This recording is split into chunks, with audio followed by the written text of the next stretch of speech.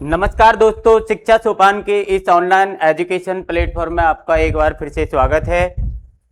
आपका बहुत बहुत अभिनंदन है। जैसा कि आपको पता है कि हमारे द्वारा आपको कंपटीशन की तैयारी के लिए समय समय पर सारी चीज़ें हमारे द्वारा उपलब्ध कराई जाती हैं।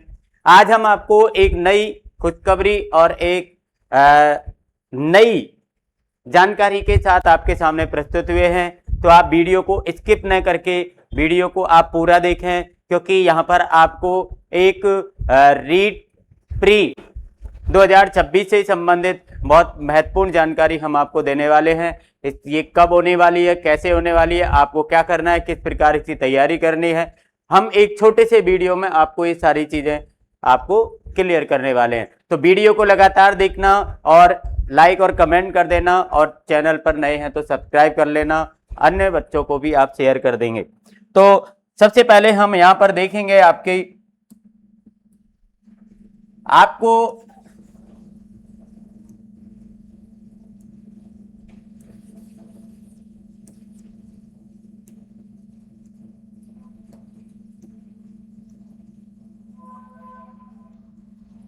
सबसे पहले अपन को बात करनी है रीट प्री और 2026।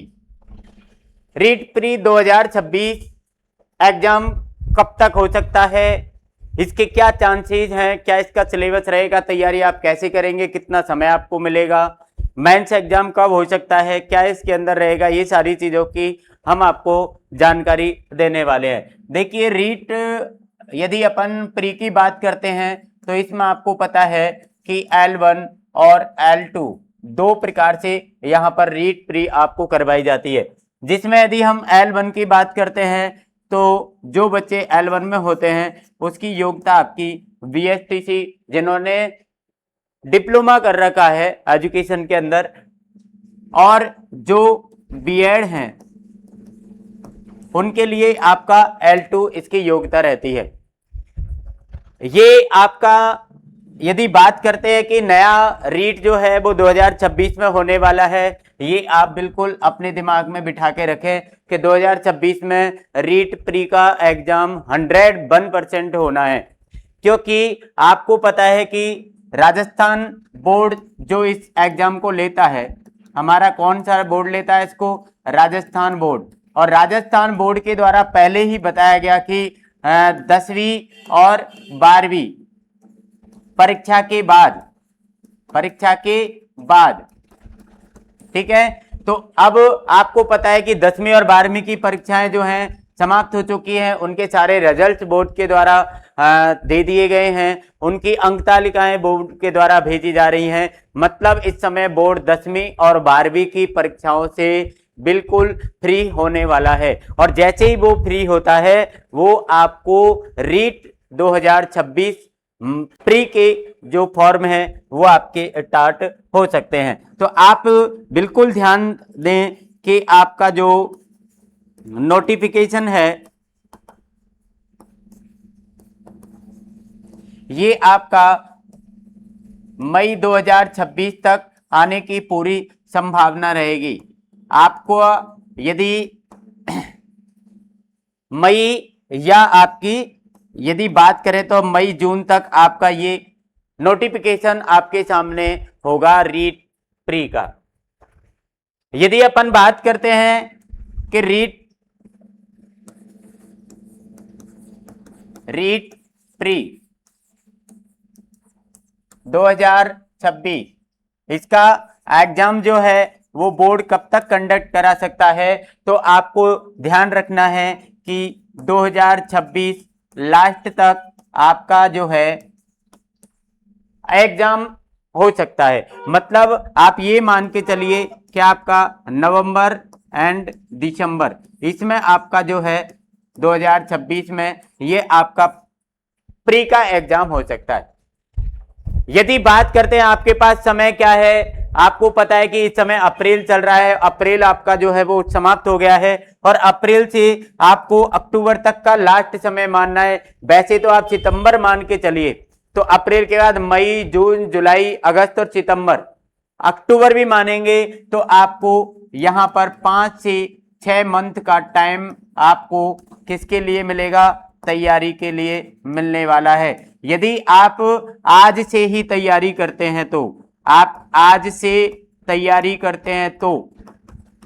आप अपने दिमाग में आज से तैयारी बिठा लो कि मुझे आज से ही रीट प्री की तैयारी स्टार्ट करनी है, और आपके पास में 5 से 6 मंथ का समय आपको मिल जाएगा। और यदि आप आज से तैयारी नहीं करते हैं, आप नोटिफिकेशन का वेट करते हैं, नोटिफिकेशन माना कि आपका मई में आया, जून में आया, तो मान लीजिए जितना आपने वेट किया उतना ही आपके लिए पढ़ाई का समय खराब हो जाएगा। यदि आपको, बहुत से बच्चे कहते हैं कि मेन एग्जाम जो है वो इसके कितने दिनों बाद होगा, उसको तैयारी के लिए समय मिलेगा, उसके लिए कितना समय मिलेगा, हम कर पाएंगे नहीं कर पाएंगे। तो उनके लिए हम एक छोटा सा एक विश्लेषण हम देख रहे हैं कि इससे पहले जो हमारी रीट 2024 में जो आपका नोटिफिकेशन आया था, उसकी आप यदि एग्जाम की बात करते हैं तो एग्जाम फरवरी 2025 में हुआ था। यदि ये प्री का हुआ है, यदि बात करते हैं मेंस की, तो मेंस आपका जनवरी 2026 में हुआ है। यदि आप यहां से यहां तक की जर्नी देखें तो आपका 11 माह का लगभग आपको समय मिला परीक्षा देने के बाद। इसी जर्नी के अकॉर्डिंग आप यदि दूसरी इस साल की जर्नी देखते हैं, इस साल की, तो आप ये मान के चलिए प्री का एग्जाम यदि मान के चलिए आप लास्ट 2026, तो यदि मैन भी होगा तो लास्ट 2027 तक आपका हो सकता है। मतलब वहीं आपके पास 12 माह का समय तो ये है, और अब के 6 माह आपके पास ये हैं। कुल मिला के आपके पास 18 माह का समय आपको टोटल आज से ही मिलने वाला है। आप यदि कहेंगे 18 माह का समय टोटल है लेकिन मेंस के लिए नहीं है, तो इसके लिए मैं आपको तरीका बता देता हूं। आप पढ़ने का तरीका थोड़ा सा चेंज करें, प्री प्लस मैन, इसको एक साथ जोड़ दो आप, और आपका क्या हो जाएगा, सिलेक्शन। प्री मैन को जोड़ने के बाद में आपका होता है सिलेक्शन। यदि आप इस एग्जाम पर ध्यान देते हैं, प्री एग्जाम पर ध्यान देते हैं, और आप इसको पास भी कर लेते हैं, तो कुछ नहीं होने वाला है। पास होने से आपकी नौकरी नहीं लगने वाली है। आपको ये एग्जाम पास करना पड़ेगा, इसमें आपको मेरिट के अंदर आना पड़ेगा, तब जाके आप जो है टीचर बन पाएंगे।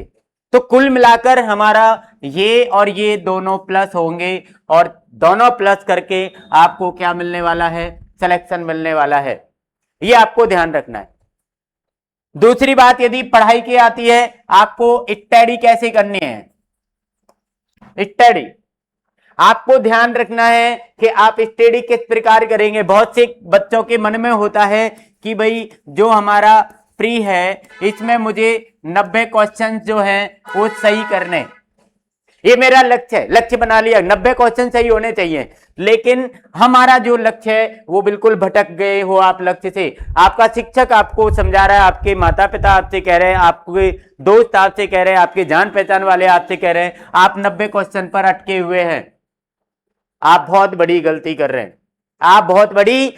कर रहे हैं, आपको इसमें 150 प्रश्न का जो आपका पेपर आता है उसमें से क्या है, आप अधिकतम अंक लाइए। अधिकतम मतलब आप इसमें 100% तैयारी करें। तैयारी कैसी, 100%।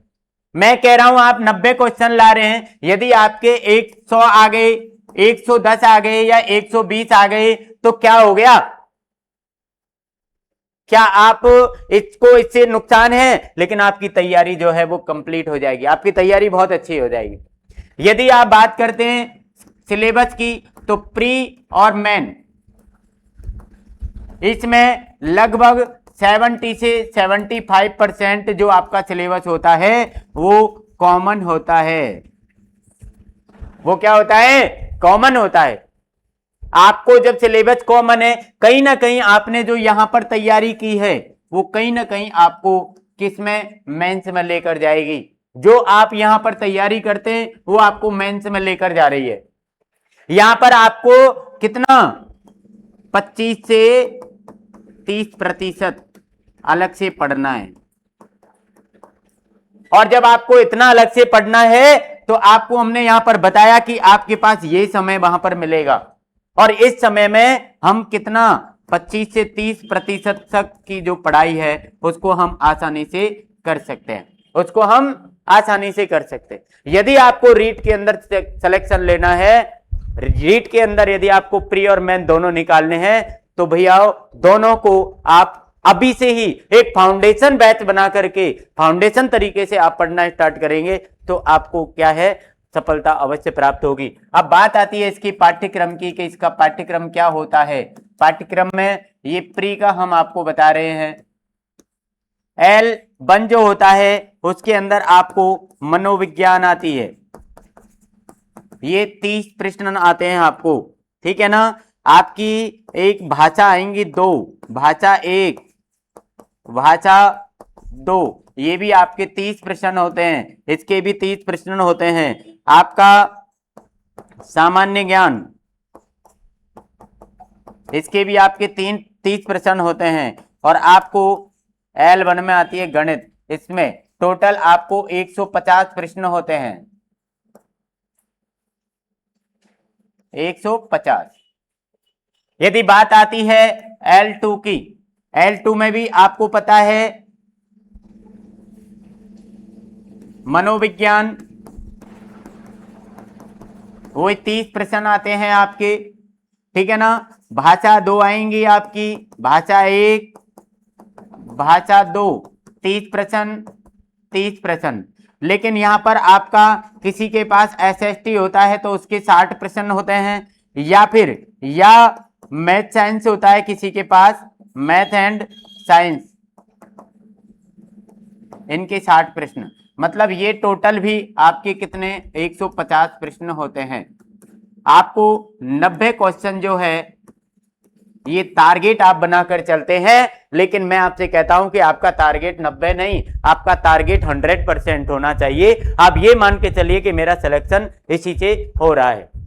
तो आप एक फाउंडेशन तरीके से जब आप पढ़ेंगे, दोनों को आप एक करके पढ़ेंगे, आपका 100% आप सिलेक्शन जो है वो पकड़ सकते हैं। और यदि आप ऐसा नहीं करते हैं तो आप क्या है, पासिंग मार्क्स की तरफ बढ़ते हैं, आप रीट प्री पास कर लोगे, प्री पास करने से आपका सिलेक्शन नहीं हो सकता, उसके लिए आपको मेन पेपर पास करना पड़ेगा। तो आज आपको हमने ये जानकारी दी, आपको कैसी लगी लाइक और कमेंट करें, चैनल को सब्सक्राइब कर लें और जुड़ जाएं अभी से तैयारी के लिए। क्यों? क्योंकि आपके पास समय बहुत कम है और जो समय की वैल्यू नहीं समझता है, समय उसकी वैल्यू नहीं समझता है। समय की कद्र करो, समय का सदुपयोग करो, समय आपकी कद्र करेगा। जय हिंद।